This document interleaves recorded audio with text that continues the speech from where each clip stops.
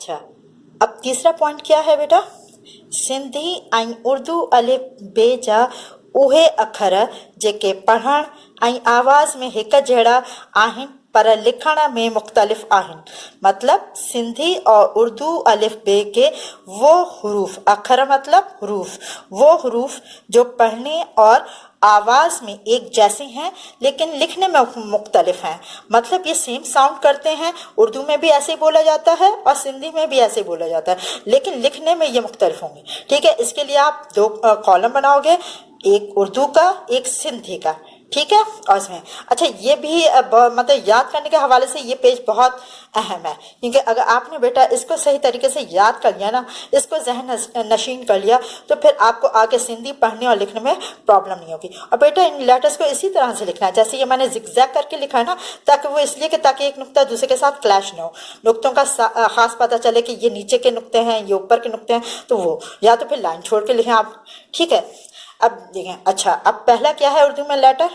ये छोटी ये बड़ी ये। हमारी सिंधी में कैसे ये लिखते हैं? ये वाली एक ही ये इसी तरीके से लिखी जाती है और इसके नीचे दो नुक्ते। अच्छा, ये एक ही ये है जो बड़ी ये का भी काम देती है और छोटी ये का भी। हम खुद ही मतलब जुमले से अंदाजा लगा लेते हैं कि ये यहाँ पे बड़ी ये की आवाज आएगी या छोटी ये की। ठीक है, अब ये क्या है उर्दू में? ये काफ है, लेकिन ये सिंधी में काफ कैसे लिखा जाता है? ऐसे। ये सिंधी का काफ है। ठीक है, ये क है और ये उर्दू का क है।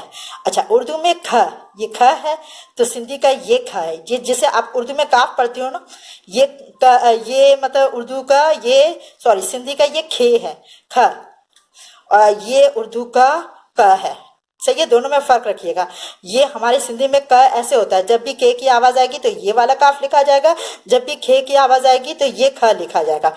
ठीक बेटा, अब ये भे, जहां भी उर्दू में दो चश्मी है होती है तो वहां हमारे यहाँ दो चश्मी है नहीं लगती, हमारे यहाँ क्या होता है कि नुक्तों का इजाफा हो जाता है। ठीक है, बे की फैमिली में आप 4 नुक्ते लगा दीजिए तो फिर ये भ बन जाएगा। ठीक है, ठीक है, भे भित्त। ठीक है, इसी तरह से ये थे लो, 4 ऊपर नुक्ते। अब ये क्या है? ठे ठूठ, 2 वर्टिकली डॉट्स, छे सिंधी में छे ऐसे लिखा जाता है। ठीक है, फे सिंधी में फे ऐसे लिखा जाता है। ध, सही है, ध धोबी वाला, धाल धोबी।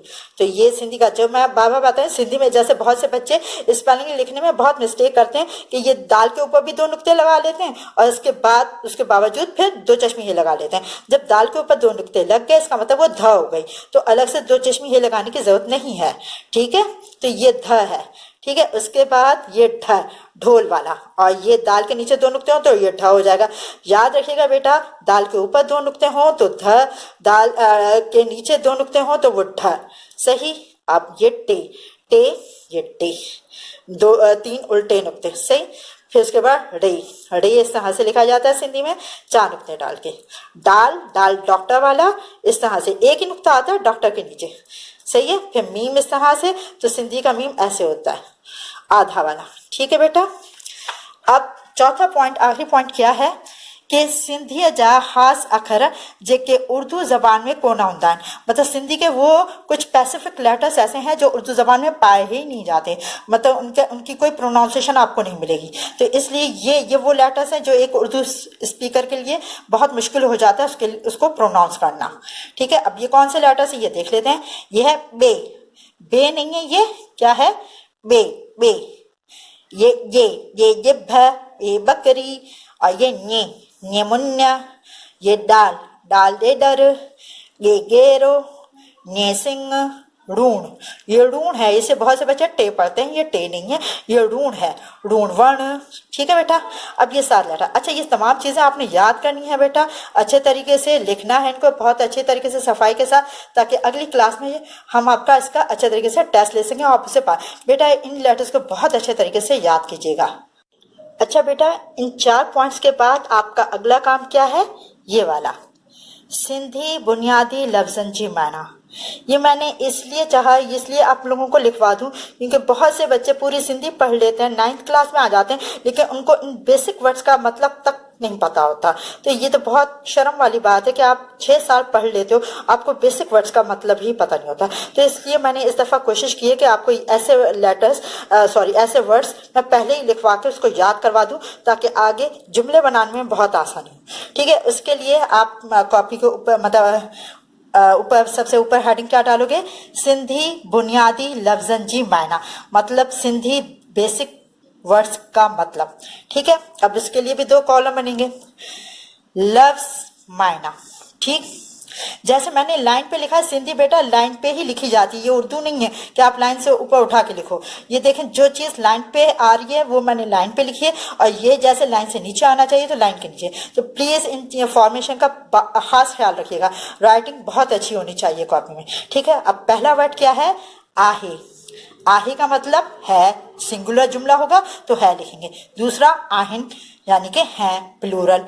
ठीक है, फिर उसके बाद क्या है, आयु, ये भी है, ये भी प्लूरल। लेकिन अब ये आता किसके साथ है, आहिन और आयु में क्या फर्क है, इसमें ये फर्क है बेटा, इसका जो जुमले के शुरू में जो वर्ड्स आने चाहिए वो या तो असा आएगा या असी आएगा, जिसका मतलब होता है हम। जैसे अगर मैं कहूं कि हम मुसलमान हैं, तो उसकी सिंधी क्या होगी, कि असा मुसलमान आयु, आहिन नहीं होगा, असा मुसलमान आह्यू। तो इसमें है, मतलब तो है ही होगा, लेकिन सिंधी में आह्यू आ जाता है। ठीक है, मतलब आपके शुरू में असा या असी आना चाहिए। अब आह्या, आह्या का मतलब हूं, जैसे इंग्लिश में एम वर्ड होता है जो आय के साथ ही यूज होता है, इसी तरह से हमारी सिंधी में भी कि माँ, अगर लफ्ज माँ होगा ना तो उसके साथ हमेशा आह्या आएगा, जैसे माँ मुसलमान आह्या। ठीक है बेटा, अब ये आगे देखिए, आऊं, आऊं, माँ, ये दोनों वर्ड्स बोले मतलब इसी तरह जाते हैं एक जैसे, लेकिन इनको लिखा अलग अलग तरीके से भी जा सकता है। ये भी आऊं है, ये भी आऊं है, माँ, और इन तीनों का मतलब क्या है, मैं। मतलब आप मैं के लिए आप इनमें से कोई भी वर्ड चूज कर सकते हो, कुछ भी बोल सकते हो। ठीक, अगर तुम बोलना है आपको किसी को तो उसके लिए तू भी होता है, तू भी होता है। ठीक, मेरा, मेरा की सिंधी क्या होगी, मुंहिंजो। सही है, मेरा पाकिस्तान, मुंहिंजो पाकिस्तान। तुम्हारा, उसका क्या होगा, तुंजो, तुंजो का मतलब तुम्हारा। पहंजो का मतलब अपना। असांजो का मतलब हमारा। सही है, अब जहां आखिर में वाव वाव आ रहा है, इसका मतलब वो वर्ड मुज़क्कर का सेंस दे रहा है, सिर्फ मतलब वो मतलब वाहिद का वो एक वो दे रहा है सेंस। ठीक है, अब उसके आगे देखिए, अब ये क्या वर्ड है, मुखे। ये क्या लफ्ज है, मुखे। मुखे का मतलब मुझे, फिर उसके बाद तोखे, तुम्हें, मतलब इसका। अब यहाँ पे भी आगे देखिए, ये वर्ड है मुंजी, ये भी ये है, यहाँ पे भी ये, लेकिन इसको मैंने बड़ी ये के आवाज में पढ़ा है और इसको छोड़ी, इसको मैं मुखी नहीं पढ़ूंगी, इसको मैं तूखी नहीं पढ़ूंगी। ये मुखे है, ये तोखे है। मुझे और तुम्हें के लिए क्या सिंधी में बोलते हैं, मुखे तोखे। सही है, और मुंजी का मतलब मेरी, तुंजी का मतलब तुम्हारी, पहंजी का मतलब अपनी, असांजी का मतलब हमारी। ठीक है, ये मोनस का सेंस देती है। ठीक है, अब आगे में अगर अलिफ अलिफ आ रहा है तो जैसे ये है असांजा, पहंजा, तुंजा, तो असांजा का मतलब हमारी, ये प्लूरल का वो बनाता है सेंस। असांजा मतलब हमारे, पहंजा अपनी, तुंजा तुम्हारी। ठीक है बेटा, इसके बाद आपके आगे क्या है जी, मजीद लफ्ज हैं, ये 4 देख लीजिए, अहा, अमी। ठीक है, तहा, तमी, इन चारों वर्ड्स का मतलब आप है। सही है, बड़ों को हम कभी अहा भी बोल सकते हैं, अमी भी बोल सकते हैं, तहा, तमी, इन सब का मतलब आप है। अब उसके बाद ये 3-4 वर्ड्स हैं जिनका सबका मतलब वो है, लेकिन इन सब का यूजेज अलग है कि कहाँ कौन सा वर्ड लगता है। उर्दू में तो वो है, लेकिन सिंधी में थोड़ी इसकी मतलब स्पेलिंग चेंज हो जाती है, यानी कि वर्ड्स चेंज हो जाते हैं। अच्छा, हम अगर किसी लड़के के लिए मतलब ही के लिए अगर यूज करें तो उसके लिए क्या यूज होगा, हु। शी के लिए हुआ, और उहो, उहो मतलब मुजक्कर के लिए, जैसे कोई लड़के को हम पॉइंट आउट करके बोलें कि उहो छोकरो, वो लड़का। अगर किसी लड़की को पॉइंट आउट करके बोलें कि वो लड़की, उहा छोकरी, तो ये मोनस, मतलब लड़की के लिए ये, लड़के के लिए उहो, उहा, ये है हु, हुआ। ठीक, फिर उसके बाद उहे, उहे ही मतलब बहुत से लोगों के लिए दे के लिए। ठीक है, अब इन सब का उर्दू में तो वो आएगा। ठीक, उसके बाद असा, असी, इन दोनों का मतलब हम, वी के साथ। अब उसके आगे हुनक है, अगर सिंगुलर हो उसको। सही है, हुनक है मतलब उसको, उन्हन खे, उनको। अब इसके आगे ये चार वर्ड्स हैं जिनका मतलब अगर उर्दू में देखा जाए तो से के इसमें आता है सेंस में, लेकिन इनका भी यूजेज अलग है। किस तरह, कहाँ पे वर्ड कौन सा लगेगा वो भी मैं आपको समझा दूं। पहला वर्ड है खां। ये क्या है? खां। खां जो है बेटा वो जैसे यहाँ से वहां तक, फ्रॉम हियर टू देयर, यहाँ इस तरह से कुछ भी मतलब, तो ये इसके लिए यूज होता है फ्रॉम। सही है। माँ, माँ मतलब में से, किसी चीज में से, मतलब हिनन माँ घना पढ़ियल आहिन, मतलब इनमें से बहुत से पढ़े हुए हैं। ता किसी चीज पर से, मतलब फ्रॉम एनीथिंग, मतलब टेबल ता टॉल खान, टेबल पर से तौलिया उठाओ। ठीक है। सा विथ का भी सेंस देता है, टू का भी।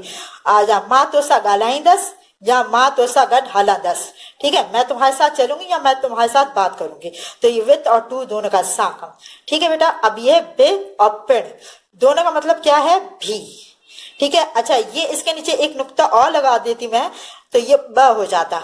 ब का मतलब दो, यहाँ पे सिर्फ एक नुक्ता है तो इसका मतलब ये बे है। ठीक है बेटा, बे।